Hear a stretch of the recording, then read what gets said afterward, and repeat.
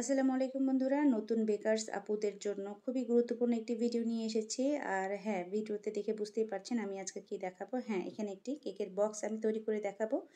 আর এই কেক বক্সটি যদি আপনারা বাসায় তৈরি করেন অনেক অনেক বেশি সাশ্রয়ী হবে। আর এখানে আমি যে মাপের বক্সটা তৈরি করব সেটা হচ্ছে এই বক্সটার উচ্চতা হবে 5.5 ইঞ্চি এবং কেক বোর্ডেরও মাপ ছিল 10 ইঞ্চি, তাই এই বক্সটার চওড়াও হবে 10 ইঞ্চি। অর্থাৎ এই বক্সের উচ্চতা থাকবে হচ্ছে 5.5 এবং চওড়া থাকবে হচ্ছে 10 ইঞ্চি।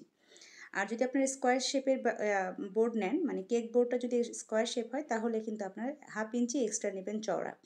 মানে 10 ইঞ্চি বোর্ড হলে 10.5 ইঞ্চি চওড়া রাখবেন। আচ্ছা, প্রথমে আমি 5.5 ইঞ্চিতে দাগ দিয়ে দিলাম, আর সেখান থেকেই এখন বক্সের চওড়া 10 ইঞ্চিতে দাগ দিয়ে দিচ্ছি। আবারও 5.5 ইঞ্চিতে দাগ দিয়ে দিলাম, এবার আবারও আমি 10 ইঞ্চিতে দাগ দিয়ে দেবো। আচ্ছা, এখানে কিন্তু বক্স এবং বক্সের ঢাকনা একসাথেই হবে। আর 2 ইঞ্চি দিয়ে দিচ্ছি এক্সট্রা বর্ডার হিসেবে। আচ্ছা, এই সেম মেজারমেন্টটাই কিন্তু আমি আবারও চওড়াভাবে নিয়ে নিচ্ছি। আমি এতক্ষণ লম্বা পাশে দাগটি মাপটি নিলাম, এবার চওড়া পাশে দাগটি হবে। আর চওড়া পাশে শুধুমাত্র বক্সের 5.5 ইঞ্চি, 10 ইঞ্চি এবং 5.5 ইঞ্চি পর্যন্ত সীমাবদ্ধ থাকবে। ঠিক আছে? আচ্ছা, এবার লম্বা পাশে আবারও 5.5 ইঞ্চি, তারপর 10 ইঞ্চি, তারপর আরও 5.5 ইঞ্চি, তারপর আবারও 10 ইঞ্চি, প্লাস আরও 2 ইঞ্চি। মানে প্রথমে লম্বা পাশে যে মেজারমেন্ট ছিল সেটা লম্বা পাশে হবে, আর চওড়া পাশে 5 ইঞ্চি, 10 ইঞ্চি, 5.5 ইঞ্চি, 10 ইঞ্চি এবং 5.5 ইঞ্চি পর্যন্ত হবে। এই হলো মেজারমেন্ট। এভাবে দাগ পয়েন্ট করে নেওয়া জায়গাগুলোকে আমি স্কেল দিয়ে সুন্দর করে মিলিয়ে দিচ্ছি। এভাবে প্রত্যেকটা মানে দাগ মিলিয়ে দেওয়ার চেষ্টা করবেন, মানে মিলিয়ে দিতে হবে। আর এবার এই যে আমি বাড়তি যেটা অবশিষ্ট কাগজ ছিল সেগুলোকে কেটে ফেলে দিলাম, দিয়ে এবার এই যে দাগ দিয়ে নেওয়া জায়গাগুলোকে সুন্দর করে একটু ভাঁজ দিয়ে নিচ্ছি, দাগ দিয়ে নিচ্ছি, তাহলে আমি যখন বক্সটা রেডি করব খুব সুন্দরভাবে বক্সটা সেট হয়ে যাবে। এই যে আমি উভয় সাইডে মানে প্রত্যেকটা দাগের ওপর দিয়ে কিন্তু আমি ভাঁজগুলো দিয়ে নিলাম। এবার এই যে 5.5 ইঞ্চি করে যে লম্বা রেখেছি সেই 5.5 ইঞ্চি করা পয়েন্টগুলোতে আমি সুন্দর করে কাট লাগিয়ে নিচ্ছি।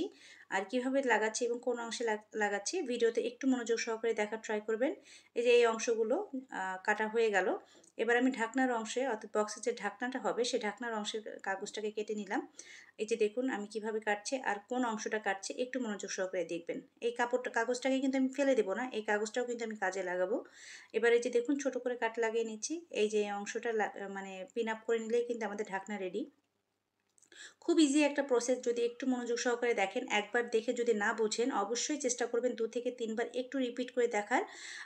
আর এই অনুযায়ী যদি আপনারা ফলো করে বানান আশা করি আপনাদের খুবই কাজে লাগবে। কারণ একটি বক্স কিনতে প্রায় 10 ইঞ্চি একটি বক্স কিনতে গেলে প্রায় 30 থেকে 40 টাকা লাগে, আর একটি মাউন্টেন বোর্ড কিনতে কিন্তু 25 থেকে 30 টাকা লাগে। একটি বোর্ড থেকে 10 ইঞ্চি চওড়া বক্স তৈরি হবে আপনার 2টি। আর অথচ বাজার থেকে যদি কিনে নিয়ে আসেন একটি বক্সের পেছনে চলে যাবে 40 টাকা। তাই আমার কাছে মনে হয় হাতে বানিয়ে নেওয়াটাই বেশ সাশ্রয়ী এবং খুবই মানে বাজেট ফ্রেন্ডলি আর কি। যাই হোক, এইভাবে যদি আপনারা বানান আশা করি আপনাদের বিজনেসের জন্য অনেক বেশি হেল্পফুল হবে। এই যে বক্সটা রেডি হয়ে গেল, আরও একটি টিপস আপনাদের দিতে চাই। আপনারা কেক বক্সের নিচে, মানে কেক বক্সের একদম তলাতে একটি বোথ সাইড টেপ লাগিয়ে নেবেন। এতে করে আপনার কেকের যে বোর্ডটা সেটাকে সুন্দরভাবে আটকে রাখতে হেল্প করবে। নড়াচড়া করবে না, কেকটা ড্যামেজ হওয়ার ভয়ও থাকবে না। সবশেষে আপনারা যদি পেজের লোগো ব্যবহার করেন সেটাকে অবশ্যই উপরে দিকে লাগিয়ে নেবেন, এটা আপনার কেকের প্রমোশনের জন্য অনেক বেশি হেল্পফুল হবে।